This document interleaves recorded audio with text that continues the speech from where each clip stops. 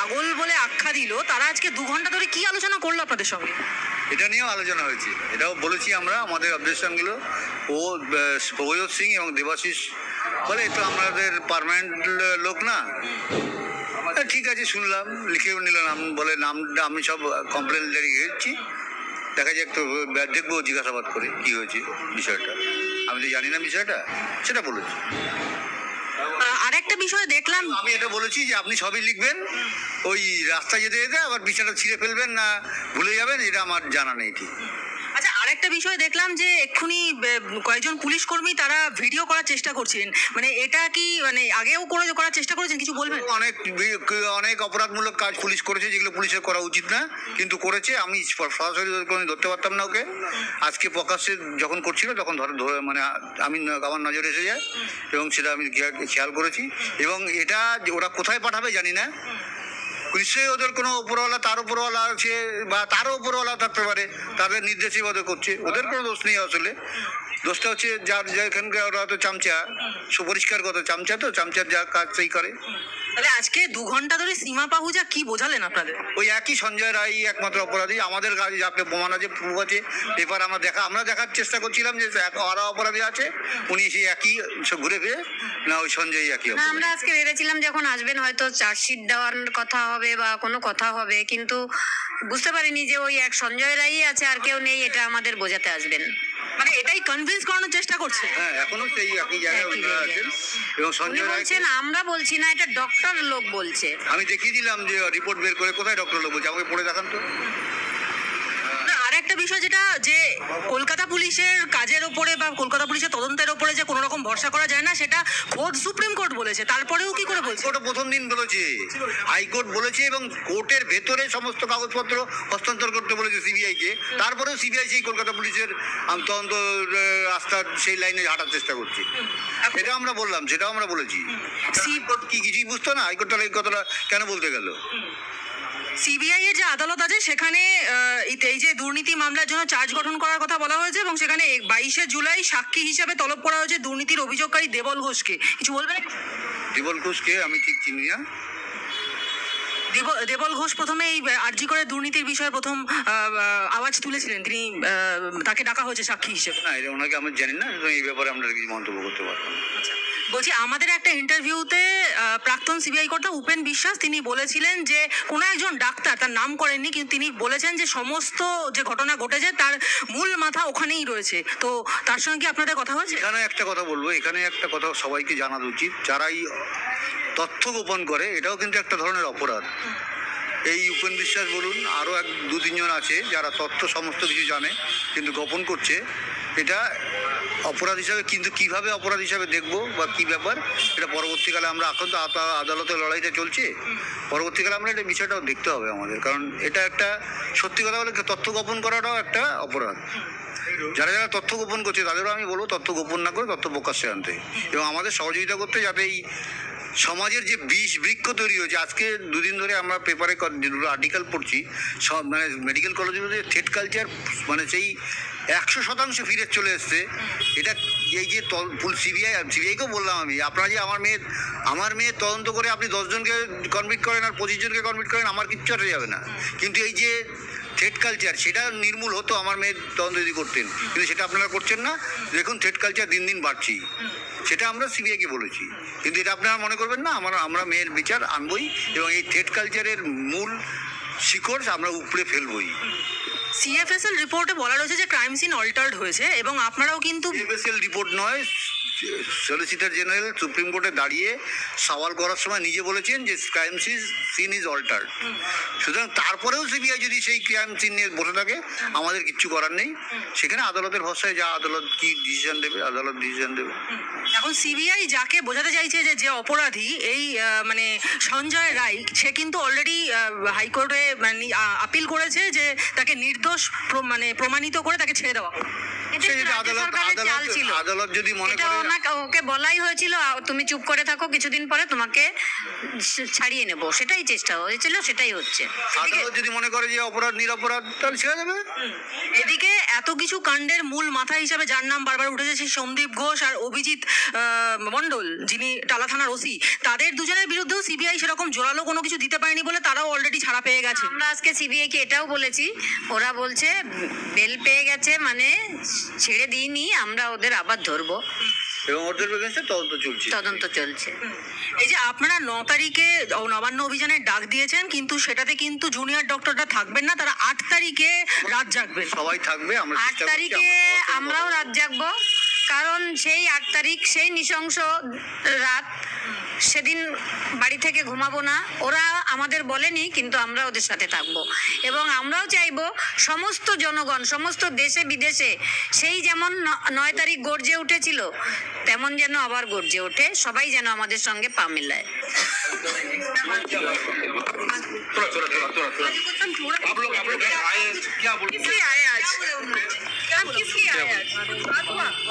তারাও না, কিন্তু আমরা সেটা বুঝবো না, যেটা ঠিক করে রেখেছি।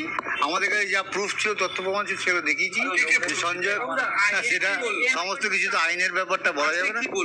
এটাই ওরা সেই একজনই আছে, একজনই অপরাধ করেছে, এটাই বোঝা চাইছে। এবং আমরা লার্জার কনস্পিরেসি নিয়ে আমরা তদন্ত করছি। লার্জার কনস্পিরেসি তদন্ত তো সারা জীবনেও শেষ হবে না, আমার জীবন শেষ হয়ে যাবে, তবু লার্জার কনস্পিরেসি তদন্ত চলতে থাকবে। তখন আমি গতকাল একটা কাগজে যে থ্রেড কালচারের কাহিনীগুলো সব দেখাই ওনাকে, দেখুন আমার মেয়ে যদি বিচার পেত নিশ্চয়ই এই ঘটনাগুলো এবং কসবা ল কলেজে ঘটনাগুলো এগুলো ঘটতো না। আপনারা করছেন না বলে আজকে অপরাধীরা এই সাহস পাচ্ছে। এটা বোঝানোর জন্য আপনার কাছে 2 ঘন্টা ধরে একই জিনিস বুঝিয়ে যাচ্ছে যে সঞ্জয় রায় একমাত্র অপরাধী, সমস্ত তথ্য প্রমাণ ওর সঙ্গে মিলে গেছে, আর কারোর সঙ্গে আমরা মেলাতে পারছি না। আপনারা অসন্তুষ্ট হয়েছেন তো? অবশ্যই অসন্তুষ্ট। এটা নিয়ে সন্তুষ্ট যদি হতাম তাহলে তো আপনাদের সামনে এই ব্যাপারটা বলতাম না। কার কাছে যাবেন? সিবিআই কাছে। আমরা আদালত তো আছেই, আদালত দেখা যাক না কি সিদ্ধান্ত নেয়। এই বিষয়টিকে আদালতে জানাবেন যে সিবিআই? জানানো আছে, জানানো তো আছেই আমাদের। না না না না না না না না, সেটা আমাদের আদালতে জানানোর বিষয় না।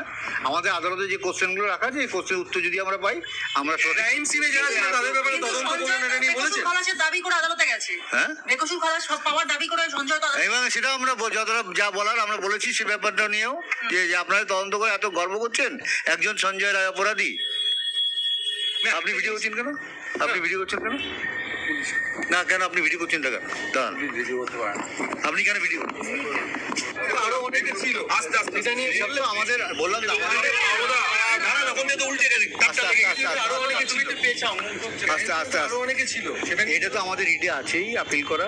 এটা আজকে বলেছেন ওদের? সেটা তো আমাদের রিডে আপিল করা আছে, কোর্টে ওরা অ্যান্সার দিক, তারপরে তো আমরা না না এটা নিয়ে এসেছিলেন, তাকে জিজ্ঞাসা করছিলেন যে কেন পুনর্নির্মাণ করা হলো না। না, এটা আমাদের সত্যি বলতে ভুলে গেছে। এটা এই সমস্ত রিডে আছে আমাদের, এই সমস্ত উত্তর ওদের দিতে হবে কোর্টে। সম্পর্কে কি বললেন? সঞ্জয় রায় একাই অপরাধী, এটাই ওনারা বোঝানোর জন্য আজকে আবার আমাদের বাড়িতে। এতগুলো লোক তাদের কথা বারবার সবাই বলছে, তারা কেউ নয়। সেটা ওনারা মানতে চান না, এবং ডিএনএ এখন বলছেন যে একজন ডিএনএ এবং এমআইএমবি বলেছে একজনই মাত্রই অপরাধ করেছে। আমি তখন সঙ্গে সঙ্গে এমআইএমবি রিপোর্ট দেখিয়ে বলি যে একজন বলেছে, কখনো এমআইএমবি বলেনি, এমআইএমবি বলেছে ক্যানট বি রুলড আউট। তার মানে তাই না যে একজনই করেছে বলে। আমি বললাম দেখুন, এখন আমি পেপারগুলো আমি নিজে ঘরে বসে বসে পড়ি, এটা ছাড়া আমার কোনো কাজ নেই, সুতরাং আমাকে বুঝিয়ে ওরকম বোঝানো হবে না, সঠিকভাবে বোঝান। আপনারা সিএফএস এর রিপোর্ট পড়েনি। এটা বলেছেন আপনি? হ্যাঁ, টক্সিকোলজি রিপোর্ট এবং ভিসারি রিপোর্ট নিয়ে আমাদের ভুল বোঝানো হয়েছে। না, এটাই বলা হচ্ছে। আমি বললাম যে টক্সিকোলজিটাকে আপনারা ভিসারি রিপোর্ট বলে চালানোর চেষ্টা করছি, এটা কি ধরনের? বলে ভিসারি রিপোর্টের জন্য আপনারা আরটিআই করেছেন, আর একটা ডিরেক্টরের কাছে চিঠি করুন, ভিসারি রিপোর্ট আপনাদের দিয়ে দেওয়া হবে। তাহলে এই এতক্ষণ ধরে তাহলে কোনো ফল হলো না? না না না, কোনো ফল হবে না। চেষ্টা করেছেন যে একজনই অপরাধী।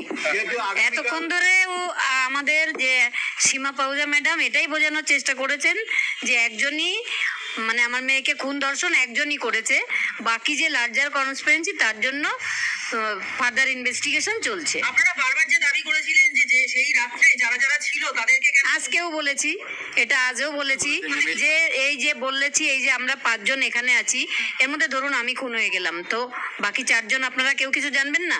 এটা কি, এটা কি আপনি মানবেন? আপনার মেয়ের সঙ্গে যদি এটা হতো আপনি মানতেন? তখন উনি না, দেখছি 4 জনের তো আমরা পলিগ্রাফ টেস্ট করেছি, তখন ওরা ডক্টর, ওরা পলিগ্রাফ টেস্টের আগে যদি ওষুধ খেয়ে নেয়, পলিগ্রাফ টেস্ট আপনি থোড়াই আসবে এসব। তখন উনি আবার ওদের নামটা লিখে নিয়েছে। করেছেন। আপনি আগের যেটা বলছিলেন যে আপনার মেয়ের সঙ্গে রাত্রিবেলা যারা শেষ ছিলেন হ্যাঁ, তাদের ব্যাপারে কোনো আমরা কিছু- এখনো সেটাই বলছি। লাস্ট সিন থিওরি যেটা হয় যে যারা 4 জন, আমার মেয়েকে নিয়ে 5 জন যারা লাস্ট ছিল, এবং পোস্টমর্টম রিপোর্টে বলা হয়েছে 12টা থেকে 6টা অবধি আমার মেয়ের মৃত্যু হয়েছে। তাহলে 12টা থেকে 6টা অবধি কারা আমার মেয়ের সঙ্গে ছিল, তারা কেন অপরাধী হবে না, তাদের কেন পুলিশি হেফাজতে নেওয়া হবে না, এগুলো আমরা সিবিআই কে বলেছি। তো কি হলো আজকে তারা এতদিন পরে সিবিআই এই সমস্ত কিছুই ফল হয়নি কিছুই।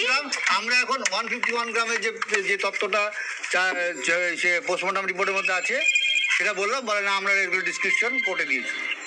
কিন্তু যে রিপোর্ট কোথায়, আমি রিপোর্টটা যেটা হ্যাঁ রিপোর্টটা কোথায়, বলে কোর্টে আছে। আমি কোথায় কি করে পাবো, বলে একবার অফিসে আসবে, যদি খুঁজে পাই তাহলে দেবো। এই হচ্ছে কথা। এত গাছ মানে সব কিছু এইটাই বললাম আমি ওনাকে। বললাম যে এরকম একটা ক্রাইম হসপিটালে ঘটলো, একজন করে চলে গেল, হসপিটালের কেউ জানলো না, তাহলে সেখানে কেন ঘটনার পরের দিন দেওয়ালটা ভাঙা হলো সেমিনার রুমের, কেন নারায়ণ স্বরূপ নিগমকে আপনারা জিজ্ঞাসাবাদ করছেন না, এটাও বললাম। বলার পরে উনি নাম লিখে নিলেন, মনে হয় কিছুই জানি না। আমরা বলছেন কুলু দিন, আমরা তদন্ত আপনারা করছেন, একটা তদন্ত করছেন, তদন্ত তো আপনারা সবসময় করেন, এতদিন কত তদন্ত করেছেন, তা আমরা কি করে কুলু দেবো? কুলু তো আপনারাই বার করবেন। এতদিন বাদে সীমা পাও যে এলেন, আপনারা তো অনেক আশা রেখেছিলেন যে কিছু একটা বলবেন ভালো করে। আমরা ভেবেছিলাম হয়তো চার্জশিট দেবেন, সেটার জন্যই এসেছেন, কিন্তু না, কোনো চার্জশিটও নয়, কিছু নয়। আমাদের আশা হতো বলে কিছু নেই। প্রাক্তন সিবিআই কর্তা উপেন বিশ্বাস তিনি বলেছিলেন যে তাকে নাকি ফোন করে কোনো একজন হাসপাতালের ডাক্তার, তিনি নাম করেননি, তিনি নাকি ফোন করে তাকে জানিয়েছেন যেসব ব্যাপার। আমি ওনাকে, আমাদের সীমা পাহুজা ম্যাডামকে জিজ্ঞেস করলাম, উপেন বিশ্বাসকে চেনেন আপনি, উপেন বিশ্বাসের সঙ্গে কথা বলেছেন?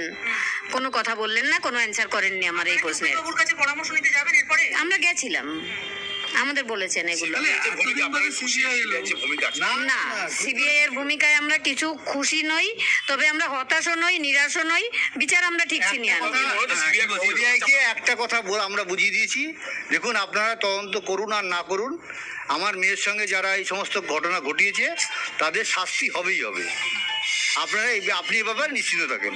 আর এটাও জেনে রাখেন, আপনি সব জানেন কিন্তু আমার কোনো কিছু প্রকাশ্যে আনবেন না। সিবিআই কিন্তু তার কারণটা আমরা ঠিক প্রকাশ্যে জানি না, বলতে পারি না। সর্বোচ্চ ইনভেস্টিগেটিভ এজেন্সি। হ্যাঁ, এরা সব জানে। আন্দোলন আপনাদের কোথায় যাবে বিচার, তাহলে কোথায়? বিচার হবে। আমরা যে দেশে থাকি সেই দেশের যা সিস্টেম আমাদের বাধ্য হয়ে মানতে হচ্ছে। হ্যাঁ, তাহলে কি তাহলে এবার কারা তদন্ত তাহলে কি করবে? আপনার এটা মনে হচ্ছে যে রাজ্যের সরকারের সঙ্গে কোনোভাবে সিবিআই যুক্ত হয়ে গেছে? আমরা বলেছি আপনারা পুলিশের উপর এই যে পুলিশের উপর ভরসা করে তদন্ত এগোচ্ছেন, কোনোদিন তদন্ত সঠিকভাবে করতে পারে। বলবেন? হ্যাঁ বলেছি, বলে পুলিশ তো প্রথমে তদন্ত করে যে এর উপর তো ভরসা করতে হয়। আমি তো আচ্ছা তাহলে যাই করুন, তাহলে আপনি তদন্ত ছেড়ে দিন। ওনারা বললেন হ্যাঁ তদন্ত হ্যাঁ করতে চাই। হ্যাঁ, সিবিআই বলছে এভাবে তো কোর্টে দাঁড়িয়ে ওনারা স্বীকার করেছেন যে পুলিশের তদন্ত ঠিক ছিল, ভালো পুলিশ কাজ ঠিক করেছে। কাজ করেছে। তাহলে এটা কি ধরনের বিচার এটা? যেখানে এটা নয়, এটা হচ্ছে ম্যানেজমেন্ট, ম্যানেজ হয়েছে কোথাও, সেটা আমরা এখন প্রকাশ্যে বুঝতে পারছি না, আস্তে আস্তে বুঝতে পারবো। তাহলে কি স্বরাষ্ট্র দপ্তর কি আপনারা নালিশ করবেন? সিবিআই তো কাকে নালিশ করবো, কাউকে নালিশ করার কোনো জায়গা না, নেই। যেখানে সুপ্রিম কোর্টের পক্ষ থেকেও বলা হয়েছে যে মানে কলকাতা পুলিশের তদন্ত কোনো ওয়ার্ডলেস তদন্ত, সেখানে সিবিআই সেটাকে মান্যতা দিয়ে দিল কি করে? জানি না, এইসব ব্যাপারে আমাদের আদালতেই সব কোশ্চেন আছে, আদালতেই আমরা জিজ্ঞেস করবো আমাদের এই আমি কোশ্চেন এটাও বলেছি, ল কলেজে যে মেয়েটা ভিকটিম ছিল তাকে 3 জন মিলে 8 ঘন্টা ধরে অত্যাচার করেও সে কিন্তু বেঁচে আছে। তাহলে সঞ্জয় রায় কিভাবে 23 মিনিটের মধ্যে আমার মেয়েকে একা মেরে ফেললো? কোনো অ্যান্সার নেই সিবিআই এর কাছে। এইসব নিয়ে সিবিআই কোনো কথাই বলতে পারে না। সঞ্জয় রায় তো কোর্টে মনে হয় যদি ভালো লয়ার দেয় তো ওর সাজা বেল হয়ে যাবে, ও ছাড়া পেয়ে সিবিআই যাবে। যেভাবে তদন্ত করেছে এটা একদম ছেলে খেলা করেছে। সিবিআই যেভাবে তদন্ত করেছে একটা ছেলে খেলা করেছে, একটা বাচ্চা ছেলে যেরকম তদন্ত করে, একটা মাইক্রোবায়োলজির স্টুডেন্ট যে প্রথম 1 বছর কি 2 বছর পড়ছে, সেও ওই ডিএনএ মানে অ্যানালিসিস করে কজনের মধ্যে আছে বলে দিতে পারবে, শুধু সিবিআই বলতে পারবে না। তার মানে কি সিবিআই ওই সমস্ত রিপোর্ট দেখেইনি। ওরা সঞ্জয়কে, আপনাদের আমাদের পদক্ষেপ যেটা আদালত আছে এখন আদালতেই চলবে।